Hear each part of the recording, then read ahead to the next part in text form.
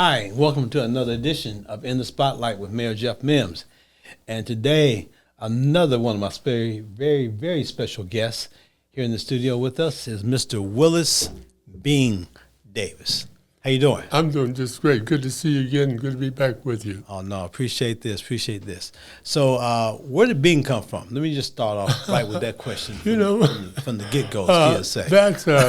We're still trying to find out the answer. Okay. One of my siblings put that on me when I was little, and I've never been able to find out why. And when I would ask at the family gatherings, it would end up being a joke. I said, never mind, we can figure it out.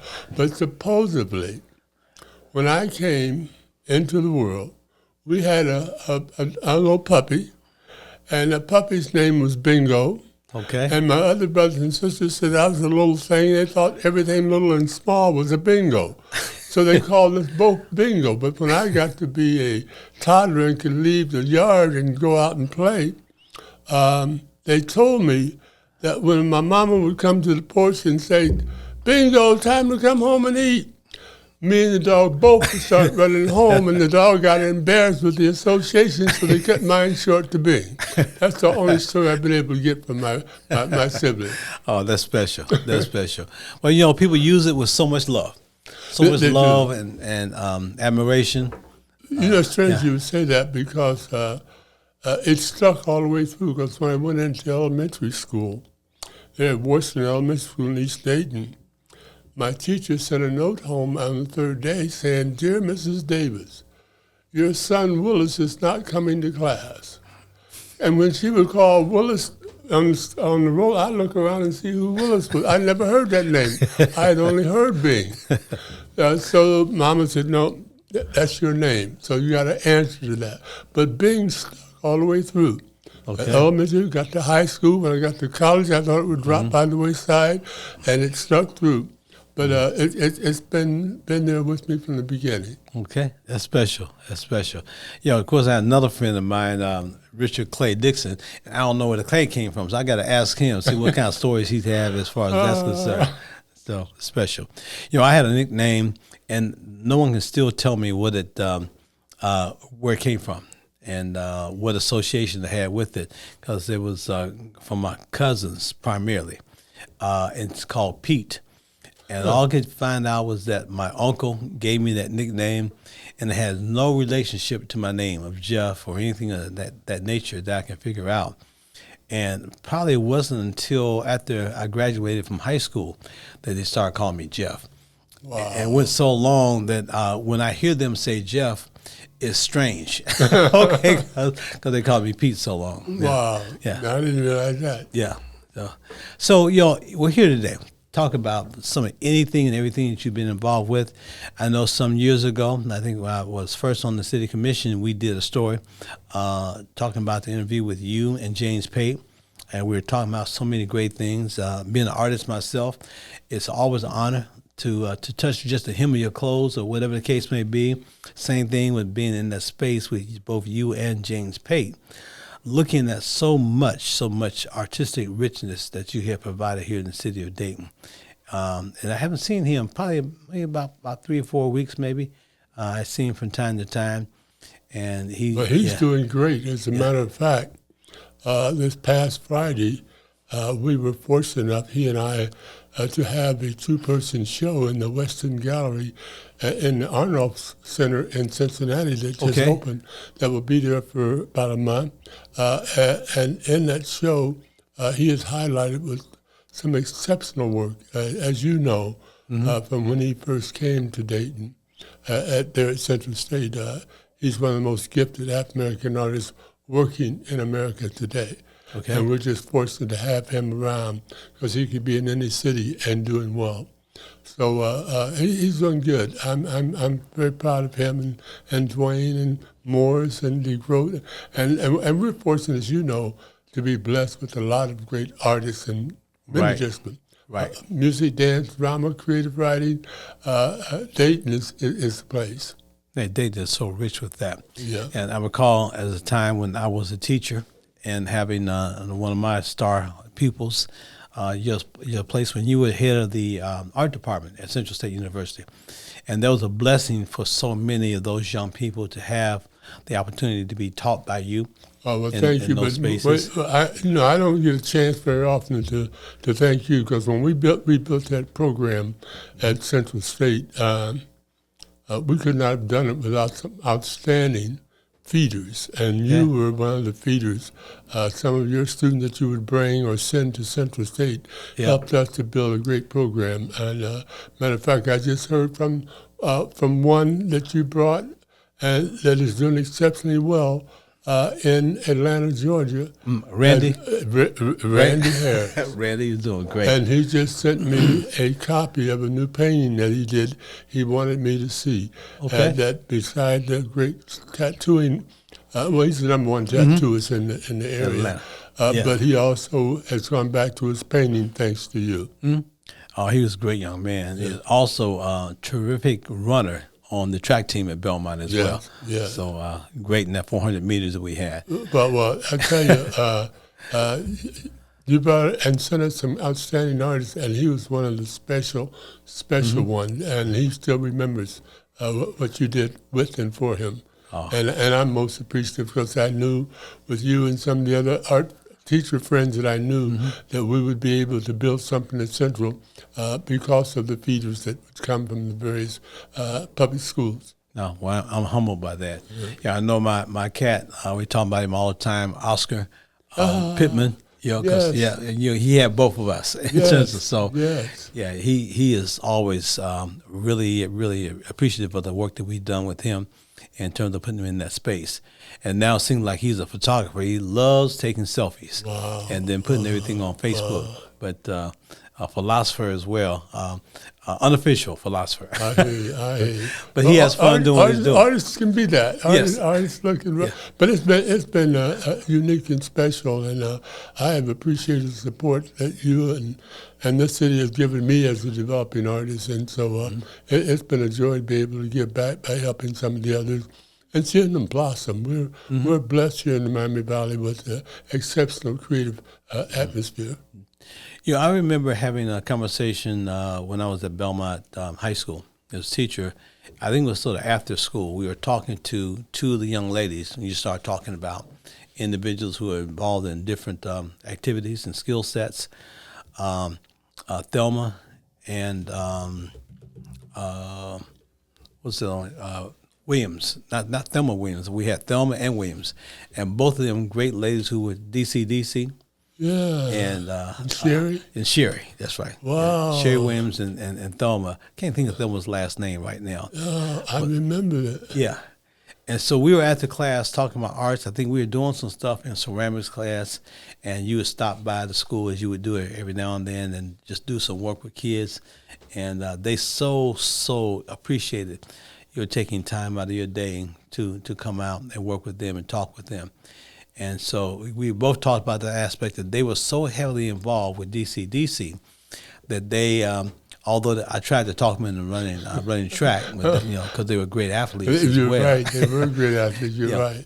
But the aspect of that, and then in the artistic expressions and artistic contributions that they were making to the Dayton community, and helping DC continue its path of greatness. Yes, indeed. Very special. Yes, indeed. And it's strange you would mention, but not unusual, because those great musicians and those dancers were good athletes as well. Yep. And those dancers, it's like the band members. Yeah. You got to be special and got to be able to contribute. Yeah. But it was memorable, and it's good to have those memories. And I'm glad you brought those memories up, because it was what really made being here in Dayton and back in Dayton very special for me. Mm-hmm.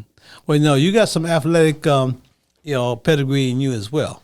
Track and basketball. I used to love it. Matter of fact, when I leave the art room, I'd run right to the basketball court or the track. But because really, as you know too, they're very much interrelated. Mm-hmm. The creativity on the court, on the golf course, on the basketball court, in the classroom. I know you used to talk about the forms and the shapes of your sculptures. I mean, you got work that just like you work the playing on the golf court. Yep, yeah.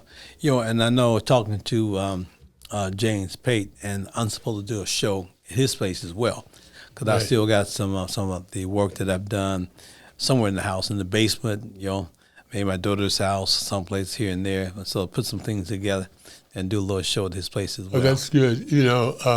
I think a lot of people don't realize that we didn't mind losing you from the art classroom because you had to use that creativity in a political arena that also helped a lot of people. So I hope you don't mind giving up a little bit of that artistic flair in order to help us on a larger scale. And so we're very proud of you making that commitment.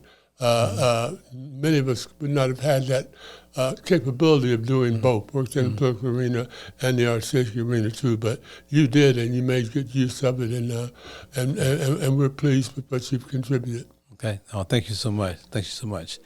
You talked about some of your upbringing in terms of working and listening, of course, to your mom. How many siblings did you have? There were 6 of us. She raised the 6 of us there in East Dayton. Wolverite High School. I went to Washington Elementary and Wolverite High School. Although my older brothers and sisters, the 3 above me, went to Dunbar. Even though it was back in the 40s and 50s, you had the capabilities of being in East Dayton, of either going to the school in your neighborhood, which would be Wolverite, or going to Dunbar Roosevelt. And many people on the same block, some brothers would go to Roosevelt, some went to Dunbar, and some went to Patterson Co-op, and some went to Wolverite. I went to Wolverite because the basketball and track coach, who was a DePaul alumni, who eventually got me in that direction, came to the elementary school because Washington was a feeder school to Wolverite. Okay. And so the coaches would come in and see who the next crop of artists and athletes coming into the school. So I met him when I was in the 7th grade, and he began to work with me when I was in junior high. So I just followed him right up to the high school. It's almost like an earlier version of recruiting, as they do with the athletes in terms of that. And some of our young people don't realize that a lot of the coaches who are working in the pros, for example, pros and general managers, they begin to follow young people if they hear about them as early as high school, sometimes junior high. I know we had a general manager of the Houston Texans, Ricky, what was his last name? Okay, his father was Superintendent Smith. Okay, and he was the first African American general manager of a NFL football team. And I was there one time for another event with another organization, and he had on his board, which spanned the wall in the entire room, young men's names, schools, and characteristics. And so they would use that as they found out about their talent, and they would follow them. Yes, and indeed. If they did some things that were not, quote, the right thing, for lack of another word, they would drop off the list. And they would drop off the list. And so as they got down to certain things, much like we heard about this most recent draft and the things happening with Shakira Sanders and the aspect of happening as they interview you, not just based upon your talent and your skill sets, but anything they could think of that would be good, bad, or indifferent relative to your becoming a professional in their particular organization. Yeah, it's strange you would say that. You made me think that in the 5th grade, I'd already been pegged as being the next athlete coming out of the neighborhood. Okay. And I remember the very painful decision at the time when Mrs. Joffrey, my teacher, said, today we're going to have everybody stand up, 5th grade, and say what they want to be when they grow up. And as we went around the room, you got the normal things people wanted to be. But I took it as an opportunity to say, I'm going to tell them what I really want to be, because I was already been plugged. And so what happened, I said, Miss Jofi, I want to be an artist when I grow up. And they were just snickering in the class. and at recess, I went around, everybody laughed at me and said, I like you, you my friend and all that, but I can't play with you no more. I'm going to start playing with people, I can be something. Right. And I started cutting loose negative people. Yep. And didn't know what I was doing, but I said, well, hey, you're fine, but hey, I didn't want to hear any more negative. Yeah. But yeah, I remember being identified and almost pushed. And it was difficult to say, well, yeah, I love basketball and football and track, but I want to be an artist. Mm-hmm. And what you mean you want to be an artist? You know one? I said, I don't know one, but I want to be one.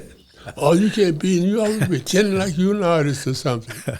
And I remember one guy said, I ain't going to be nothing, and you ain't going to be nothing either. Mm-hmm.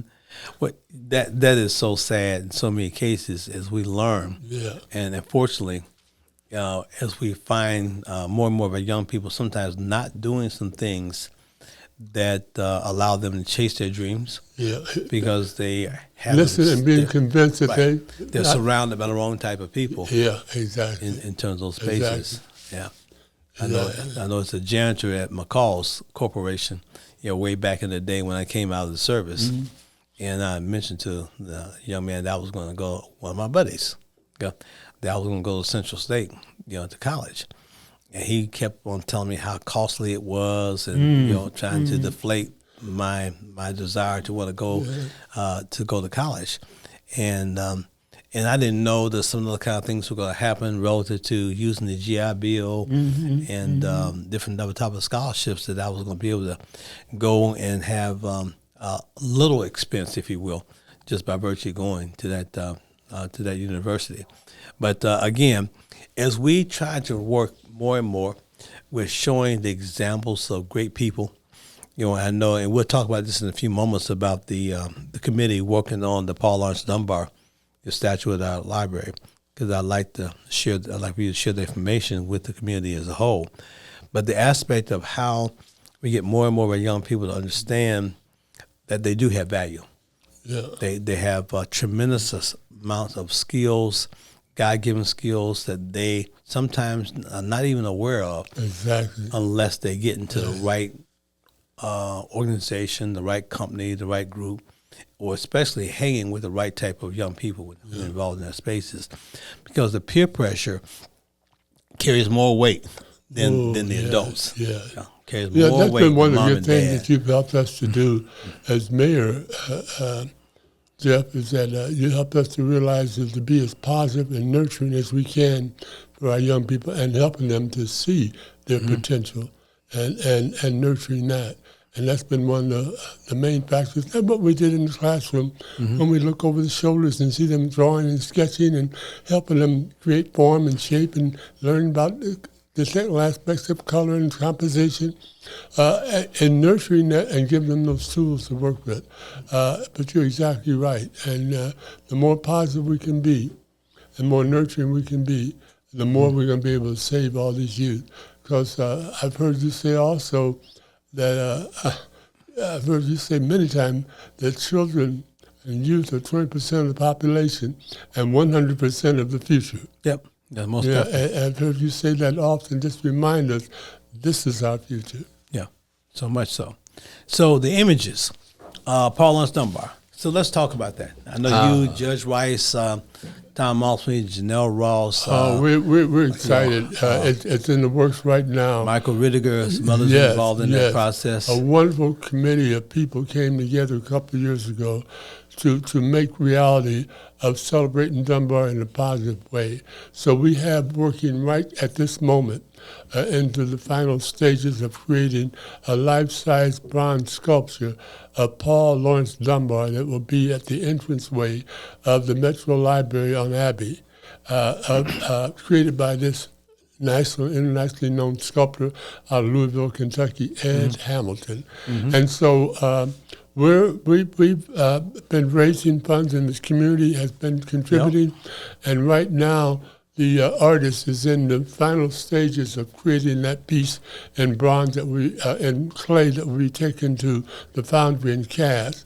And so I'll be in communication with him in the next couple of weeks to see where he is along with the completion of that. So can we begin to set a final installation date of that sculpture and then a celebration of this life-size bronze sculpture of the great Paul Laurence Dunbar. Yeah, special. I know we started working on that a few years ago. Yes. We had hoped that it would be ready for his anniversary, with the 150th anniversary. We were talking about that.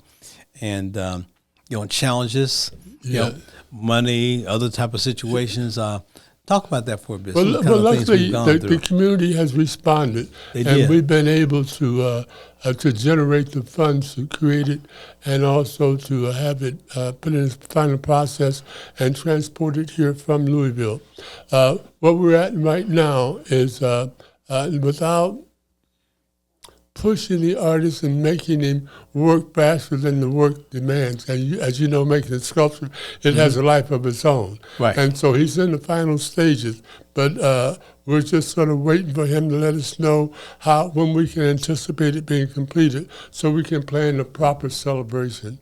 And the installation, because it'll have to be mounted. So let's go from Louisville to the foundry to be cast in bronze, brought back, assembled, put on the truck, transported up the highway, and then mount it. And then the proper environment, the hedges and the floors and the vegetation around it, and then the celebration. So we're ready, and the committee is ready. So we're on hold now. We have raised the funds, and the community has responded, and we've been able to pay for the completion of it, and now just waiting for the artist to put those final stages, and then let us know when we can receive our beloved son, Paul Laurence Dunbar. Yeah, I am so happy and appreciative too of so many of the organizations and individuals who have donated funds to help us with that. And you know what? What I have enjoyed, I've never worked with a committee like this before. Just so diverse, so committed, and so committed to the art and to the community to make this a reality. Because this is very special and very unique. Yeah. We can find Paul Laurence Dunbar poems on walls and on cornerstones of buildings, but no place in the area, in the city, is there a statue that we can go to and point to and be a constant reminder of the greatness of this Daytonian, Paul Laurence Dunbar. Yeah, it's going to be right there at the West Dayton Library for those, right there on Abbey and 35. Yes. And so look for it because it's all going to be right here in Dayton, Ohio. So special again. So big thanks to you and your committee, and being part of the committee, and try to get to meetings when I can, calling, getting people to donate money to make those things happen. And they, again, like I said, have been very, very responsive. I saw your life story on the movie that we had at the Roger Glass Center this past summer, and you leave there with tears. You have tears continuously throughout the movie, talking about things that happened to you, good, bad, and indifferent, in terms of how you moved through your lifetime, making good things happen for yourself, your family, and creating a legacy that you have as far as this community is concerned. How did it make you feel to share that with so many people from throughout this region as they came to watch it was a movie?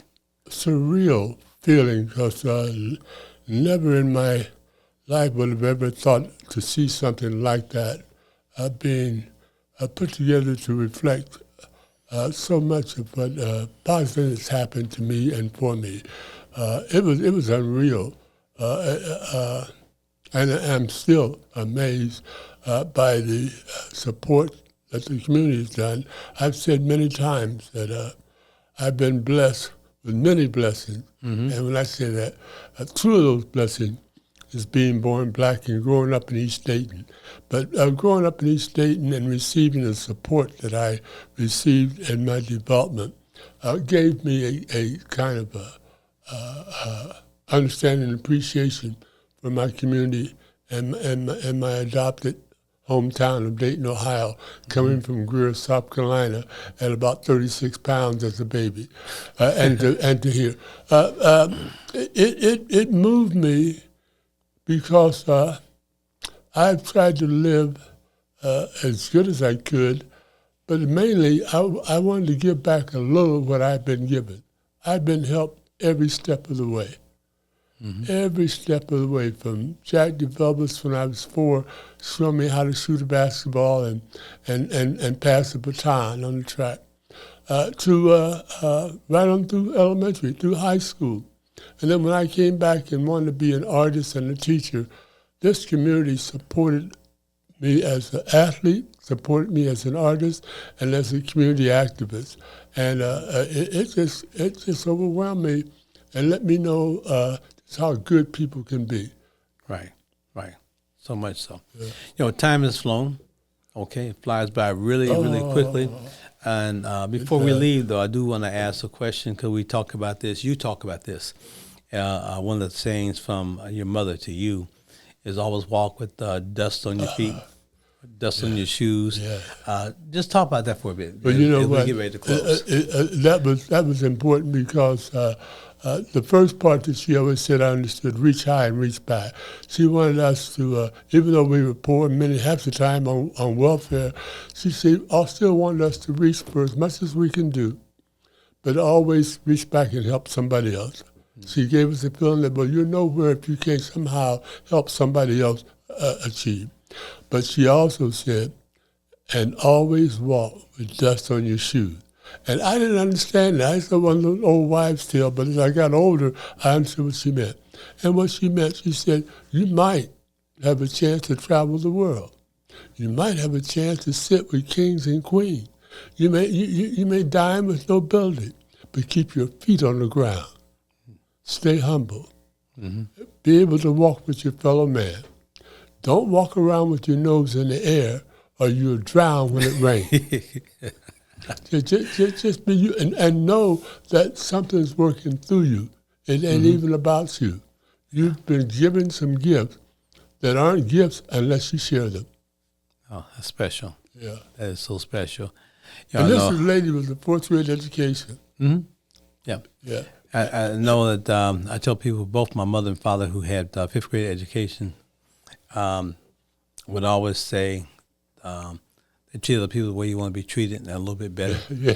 And I always listen to the aspect and tell people that the older I get, the smarter my mother and father get. Yes.